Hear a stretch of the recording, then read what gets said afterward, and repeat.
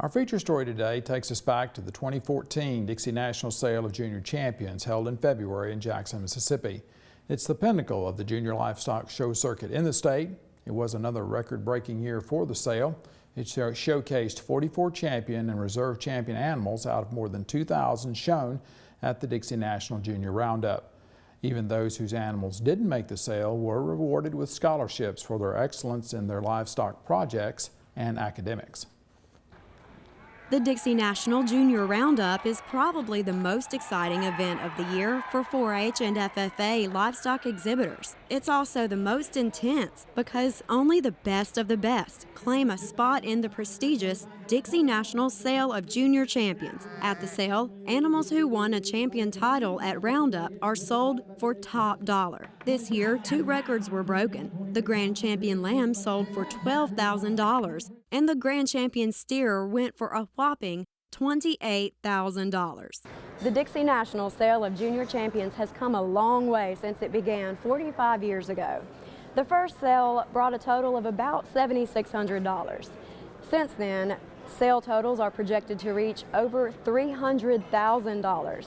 Nowhere else can exhibitors expect to reach such a high return on investment in their animals, so you can see why the competition to get here is so fierce. To help explain how hard it is to make the sale, here's how the competition process works. Before Roundup, animals are categorized based on their breed, then placed in groups identified as either lightweight, medium weight, or heavyweight. Next, the judge chooses a first and second place animal from each weight group of that breed. Then, the first place animals from light, medium, and heavyweight compete for champion of their breed. When the champion of its breed is chosen, the animal that placed second in that same weight group moves up for a chance at being chosen reserve champion. After champions and reserves are chosen for each breed, an overall grand champion is selected. So each champion from its breed must come back out for the grand champion drive. When the grand champion is named, the reserve from that same breed goes up for a chance to win reserve grand overall. The same process goes for cattle, hogs, and goats, and the different species don't compete against each other. As you can see, there could be 20 to 30 animals just in one weight group. And with several breeds in the competition, each divided into 3 weight groups, an animal must be top-notch to stand out. Taylor McNair of Learned, Mississippi says she was fortunate to make it to the Dixie National Sale of Junior Champions. This year I did make it to the Sale of Champions. I had 2 animals to make it. I had a market steer who was a champion English, and I also had a market lamb who was reserve Schropp. That was super exciting for me to have not only 1 but 2 animals my very last year. Sunday was a really chaotic day. We had both the lamb show and the market steer show, and those were both the animals that I was able to get into the Sale of Champions. So it was a very chaotic day, running back and forth. They actually had to hold a show for me. Additionally, McNair says winning reserve champion with the Shropshire breed was exciting and shocking. It was very exciting. I was actually second in my class. I was a lightweight, and when we came back in, normally that spot is not gonna get a title, but he went to the the first place lightweight, and then he came to me afterwards, and that was super shocking because that hardly ever happens. McNair says lightweight champions are very rare because market animals are judged based on the amount and quality of meat they'll produce. Therefore, animals are judged by muscle mass, fat content, length of body, and structural soundness.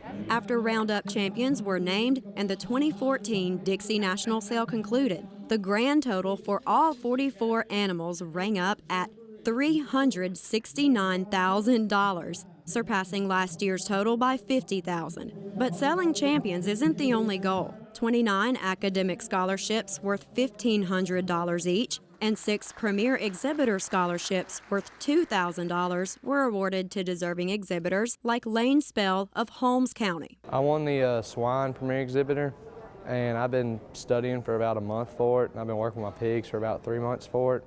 It's all, you get scored on the test that you take, and then you get scored on your pigs that you show during the showtime. Additionally, Spell explains what the test involves. It was food, naming food samples, it was naming parts of a pig, structure of a pig, It was an interview and it was a 25-question test. I think showing the animal was a little more difficult because you had to work with it harder and longer.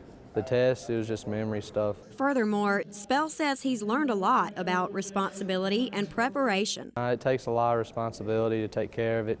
You have to be able to wash them, feed them, and water them every day. You have to be able to walk them, take care of them. You can't procrastinate with it.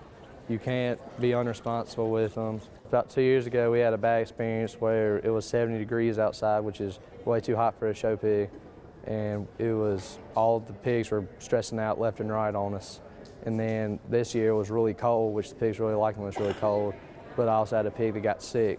So you gotta be able to keep them warm when it's cold, keep them cool when it's hot. Spell hopes to put his scholarship toward enrollment at Mississippi State University. Academic scholarship winner Sarah Terrell of Brookhaven says her goal is to become an agriculture instructor, 4-H agent, or FFA advisor. She explains what she's discovered is fun and interesting about working with hogs. You'd be surprised, they really do have different personalities. I have a gilt, which is a girl pig, and a barrow, which is a boy. And my gilt, she can be moody at times, but then again, she's sweet and fun, I guess, just like women.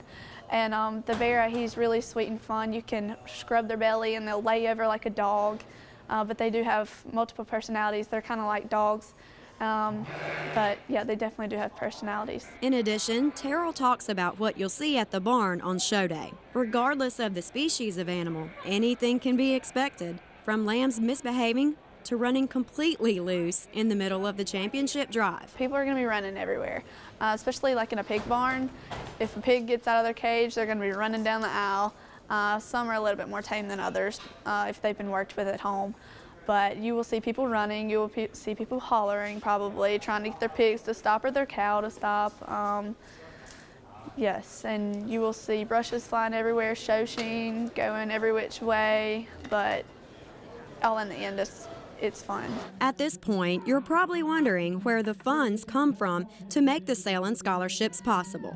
Sale of Champions Committee Chairman Jerry Host says the committee works hard to solicit buyers from around the state. I don't know a lot about animals. My background, I do know which end the food goes in, but my involvement is more from the standpoint of raising money. There are a variety of companies throughout the state that will come together either as a buying group, some individually, that will bid on a particular animal because of an interest in a client or a group of people within a county that they have an interest in. So there may be as many as 10 people in a single buying group, or it may be as low as an individual. Furthermore, Host claims you don't have to know much about agriculture or livestock to appreciate the value these projects bring to Mississippi. Not only is livestock important to the state's economy, but it helps shape the 4-H and FFA exhibitors who often become our future leaders. From Jackson, Mississippi, I'm Amy Taylor reporting. You can watch this story again on our Farm Week website, Facebook page, or YouTube. We'll have links and telephone numbers there for you to find out more about junior livestock shows in Mississippi. You can also contact your county extension service office to join Mississippi 4-H. Participation through Mississippi FFA is available at many public schools. Our website address is farmweek.msucares.com, and of course, Layton, the show circuit is already heating up as we work towards next February.